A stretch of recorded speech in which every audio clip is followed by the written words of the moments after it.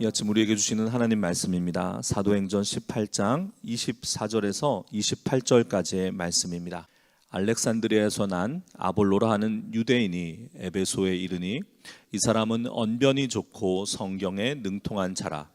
그가 일찍이 주의 도를 배워 열심으로 예수에 관한 것을 자세히 말하며 가르치나 요한의 세례만 알따름이라.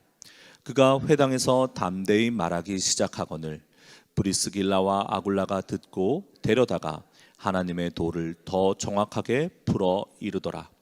아볼로가 아가야로 건너가고자 하므로 형제들이 그를 격려하며 제자들에게 편지를 써 영접하라 하였더니 그가 감에 은혜로 말미암아 믿은 자들에게 많은 유익을 주니 이는 성경으로서 예수는 그리스도라고 증언하여 공중 앞에서 힘있게 유대인의 말을 이김이러라. 아멘. 계속해서 아침에 사도행전을 묵상하고 있습니다. 바울 사도의 유럽 선교 여행을 따라 걷고 있었는데요. 오늘 본문에서는 바울 사도가 잠시 사라지고 세 사람의 인물이 등장합니다. 아볼로, 그리고 브리스길라와 아굴라입니다. 아볼로는 성경에서 말하는 대로라면 그는 알렉산드리아 출신이요 학문과 언어와 열정이 뛰어난 사람이었습니다. 요즘 말로 바꾸면 그는 학자이자 대단한 설교가였던 것 같습니다. 그가 회당에서 대중 앞에서 공중 앞에서 성경을 풀어 강론하기 시작하면 많은 사람들이 그의 말에 빠져들었습니다. 그 자리에 브리스길라와 아굴라도 함께 있었습니다. 그런데 이 아볼로의 설교에는 중요한 것이 빠져 있었어요. 성경은 오늘 본문 25절에는 그는 요한의 세례만을 알따름이라 이렇게 기록되어 있습니다. 요한의 세례라는 것은 회개와 죄 씻음의 세례죠. 그 이후에 성령께서 성령의 세례를 통하여서 거듭남을 주십니다. 아볼로는 이 성령의 세례 거듭남에 대해서 알지 못하였습니다. 이를 안타깝게 여긴 브리스길라와 아굴라가 그를 자신들의 집으로 청합니다. 여기서 브리스길라와 아굴라에 대해서 잠깐 살펴볼 필요가 있어요. 이 둘은 부부죠. 신약 성경에 6번이나 나옵니다. 바울 사도는 그들을 나의 동역자들이다. 그들은 내 목숨을 위하여 자기들의 목까지도 내놓았다. 이렇게 로마서에서 감사하고 있어요. 브리스길라는 로마의 명문 귀족 가문 브리스가 가문의 장녀였습니다. 그리고 아굴라는 터키 본토 출신의 유대인인데 그는 로마 장군 아큘라스 가문의 노예였어요. 이 둘이 어떻게 부부의 연을 맺었을까요? 브리스길라는 아마도 아굴라를 로마 교회에서 만났던 것 같습니다. 당시 로마 귀족 사회의 그 퇴폐, 향락, 타락, 도가 지나쳤죠. 브리스길라는 그 모든 것을 보았습니다. 음식을 먹는 그 재미, 기쁨을 맛보기 위해서 먹은 음식을 개워내고 또 배를 채우는 그 사람들. 로마에 지천에 있던 공중 목욕탕에서 벌어졌던 그 입에 담기 어려운 그런 음란한 일들. 그런데 어떤 계기였는지 모르지만 브리스길라가 복음을 접했고 로마 교회 공동체의 일원이 되었어요. 거기서 만난 사람들은 자신의 출신인 로마 귀족들과는 전혀 달랐습니다. 그들은 신분이 비천했고 가난했지만 그들 가운데는 기품이 있었고 서로를 향한 배려와 사랑이 있었어요. 그 가운데 한 남자를 만났는데 그가 아굴라였던 것 같습니다. 이 둘은 너무나도 큰 신분의 차이 때문에 서로 교제할 수조차 없었을 거예요. 그런데 그 아굴라의 주인인 아큘라스 장군이 죽게 되고 자기 죽음과 동시에 자기 가문의 모든 노예를 해방시킵니다. 아굴라는 이제 노예가 아닌 로마 시민이 된 거예요. 둘은 교회 안에서 그리고 그리스도의 복음의 사랑 안에서 교제했고 부부가 되었습니다. 브리스가의 가문에서는 그 결혼을 인정할 수가 없었을 거예요. 그는 아마도 자기 가문에서 축출당했을 겁니다. 그러나 사랑하는 남편 아굴라와 또한 로마 교회 안에서 그들은 행복하게 지냈을 겁니다. 그리고 아굴라는 직업이 재주가 천막을 만드는 일이었어요. 여러분, 로마의 원형 경기장, 그 뻥 뚫린 하늘, 당시에는 그 하늘의 절반을 천막이 막고 있었을 것이다.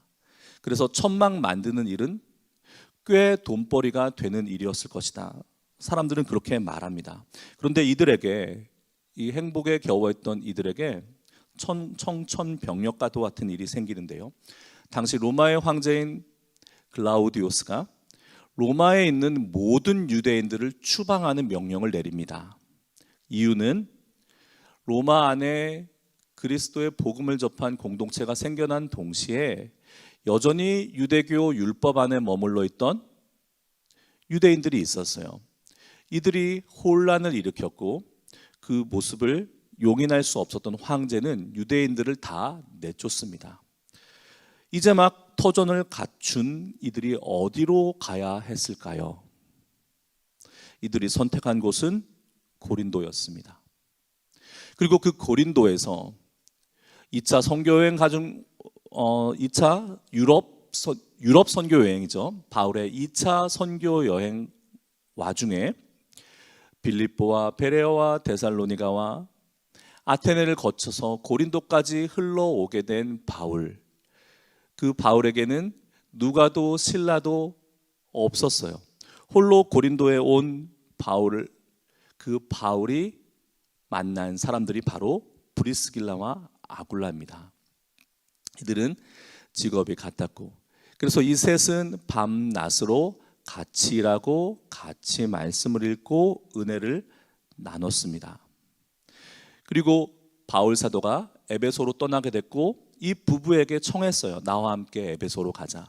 이 부부는 다시금 제2의 터전을 갖춘 고린도를 버리고, 고린도도 꽤 괜찮았던 것 같아요. 왜냐하면 고린도에는 이스미안 제전이라는 2년마다 열리는 큰 운동 경기이자 축제가 있었는데 그 역시 원형 경기장에 필요했고, 원형 경기장의 하늘을 가릴 천막을 만드는 일은 꽤나 괜찮았던 일이었습니다. 그러나 이들은 그 생업과 돈 되는 일을 다 버리고 바울과 함께 전도의 여행을 떠납니다. 그리고 에베소에 이르렀고, 에베소에서 바울은 사도는 브리스길라와 아굴라를 남겨둔 채 다시금 전도 여행을 떠나게 됐고, 그 와중에 오늘 본문이 시작되는 겁니다. 아볼로라는 한 사람이 에베소에 나타나서 성경을 풀어 강론하기 시작하는데 참으로 대단했어요. 그러나 그 대단한 말 가운데는 성령의 세례와 거듭남에 대한 복음의 핵심이 없었습니다. 이를 안타깝게 여긴 브리스길라와 아굴라가 자신들의 집에 초대를 해요.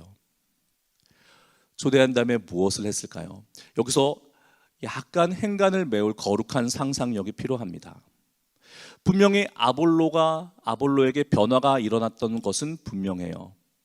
뭔가 커다란 깨달음이 있었습니다. 그리고 그것을 가져온 것은 브리스길라와 아굴라임이 분명해요.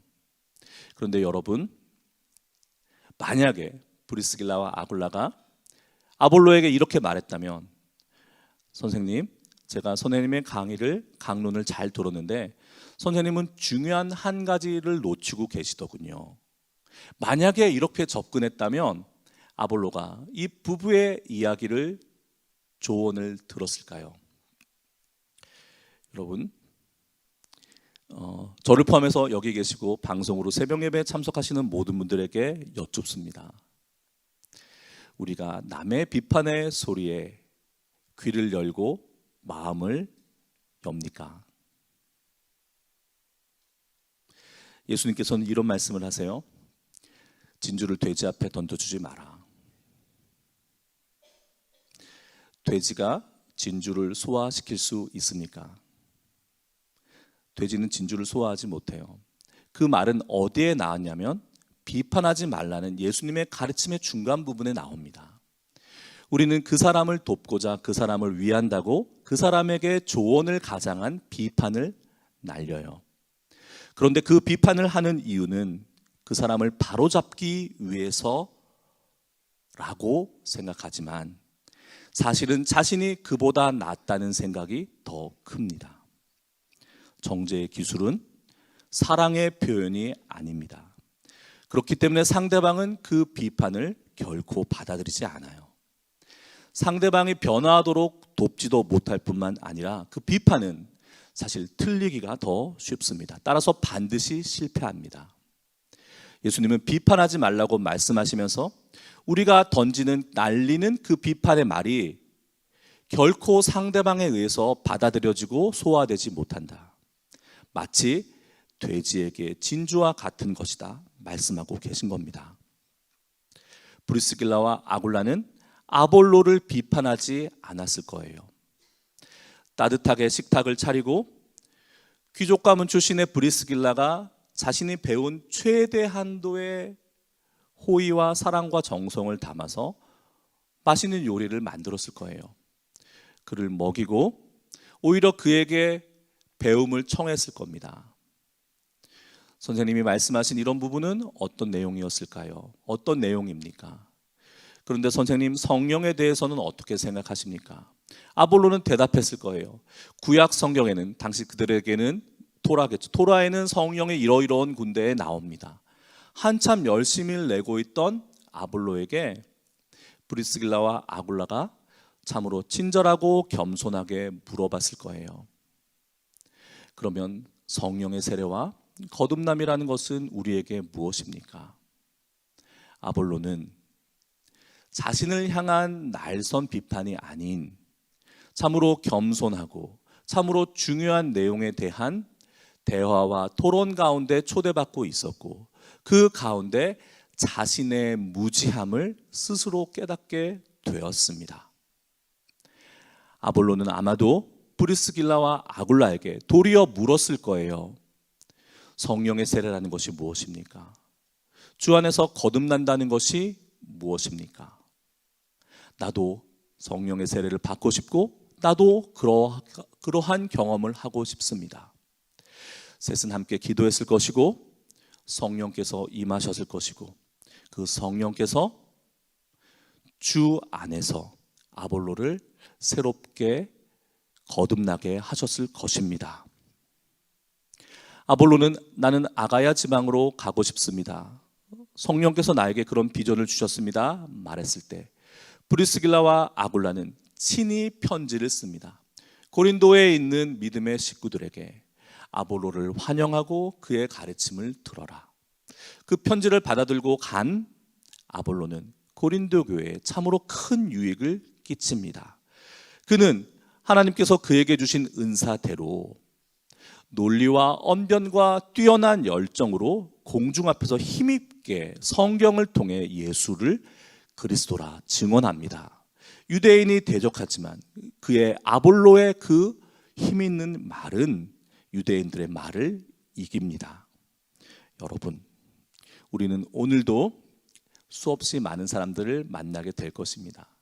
나와 생각이 다른 사람, 무언가 잘못 알고 있는 사람에게 그를 가르치고 싶고 바로잡아주고 싶은 마음이 들 것입니다. 특별히 가까운 가족이나 특별히 자녀에게는 더욱더 그런 마음이 크실 거예요. 그럴 때 여러분, 브리스길라와 아굴라를 떠올리시기를 축복합니다. 그리고 브리스길라와 아굴라처럼 비판이 아닌 가르침과 정죄가 아닌 사랑의 표현을 하십시오. 당신이 누군가를 비판하면 그 사람을 사랑할 시간이 없어집니다. 마더 테레사의 말입니다.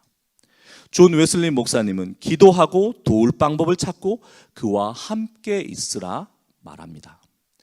여러분, 비판의 말은 수류탄 던지는 것과 똑같아요. 수류탄을 던지면 그 투척자는 어떻게 합니까? 낙하지점에서 멀어지려고 피하잖아요. 우리가 비판을 바로잡고 싶다는 마음으로, 그를 돕고 싶다는 착각 속에 던지는 비판의 말은 수류탄처럼 그 사람의 영혼을 해칩니다. 예수님께서는 비판하지 말라 말씀하시고, 그럼 어떻게 해요? 기도하라, 구하라 말씀하세요. 여러분, 기도하면 성령께서 역사하십니다. 성령은 내가 비판하고자 하는 사람의 그 행위가 보이는 것이 아니라 그 사람의 상처를 보게 하십니다. 긍휼한 마음이 성령을 통해 우리 안에 부어지고, 그 사람에게는 차가운 비판의 말이 아닌 긍휼 가득한 사랑의 언어가 나가게 됩니다. 브리스길라와 아굴라처럼, 브리스길라와 아굴라처럼 성령께서 우리의 마음 심사와 우리의 입술과 우리의 모든 언행을 주장하여 주시기를, 오늘 하루가 그런 날 되기를 주님의 이름으로 축원합니다. 기도하시겠습니다.